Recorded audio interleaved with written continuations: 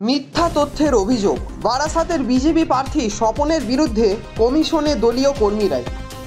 নমস্কার, আপনারা দেখছেন দ্য লোকাল জার্নালিস্ট। আমি বিরাট চক্রবর্তী আপনাদের সাথে। লোকসভা ভোটের মুখে বারাসাতে আরও অস্বস্তি বাড়ল বিজেপির অন্দরে। এবার বারাসাতের প্রার্থী স্বপন মজুমদার বিরুদ্ধে নির্বাচন কমিশনে নালিশ করলেন বিজেপি কর্মীরাই। বিজেপি কর্মীদের অভিযোগ, গত ভোটের হালফানামায় অসমে মাদক দ্রব্য পাচার সংক্রান্ত মামলায় মিথ্যা তথ্য দিয়েছিলেন স্বপন মজুমদার।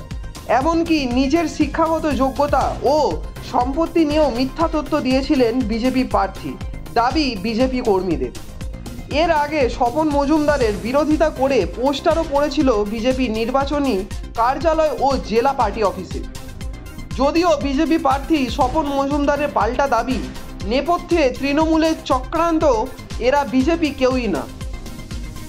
বারাসাতের বিজেপি প্রার্থীকে নিয়ে ক্ষোভ অব্যাহত। সম্প্রতি সোশ্যাল মিডিয়ার দলীয় নেতা কর্মীদের একাংশ সরব হওয়ার পর স্বপন মজুমদারের বিরোধিতা করে পোস্টার দেখা গিয়েছিল বিজেপির নির্বাচনী কার্যালয় ও জেলা পার্টি অফিসে। দলীয় প্রার্থীকে নিয়ে অসন্তোষ গোপন করেননি বারাসাতের আগের বারের পরাজিত বিজেপি প্রার্থী।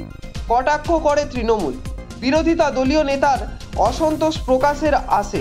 প্রার্থীদের পদে নাম ঘোষণার পর থেকেই ঘরে বাইরে চাপের মুখে বারাসাত লোকসভা কেন্দ্রের বিজেপি প্রার্থী স্বপন মজুমদার।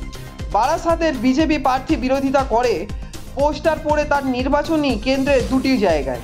বুধবার বারাসাতের হরিতলায় বিজেপি জেলা পার্টি অফিসে প্রার্থীর বিরুদ্ধে পোস্টার দেখা যায়। তৃণমূলের পায়ের তলার মাটি টোটালি সরে গিয়েছে। তৃণমূলের পক্ষ থেকে এসব নোংরামো করার চেষ্টা করছে, তাতে কিছু লাভ নেই। বিজেপির সঙ্গে মানুষ আছে। বারাসাত লোকসভাবাসী বিজেপিকে আনতে চায়।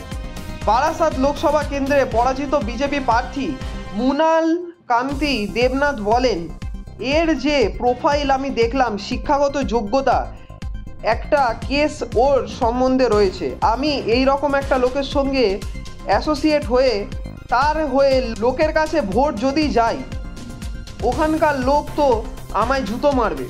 এই বিষয়ে আরও আপডেটস পেতে অবশ্যই দেখতে থাকুন দ্য লোকাল জার্নালিস্ট।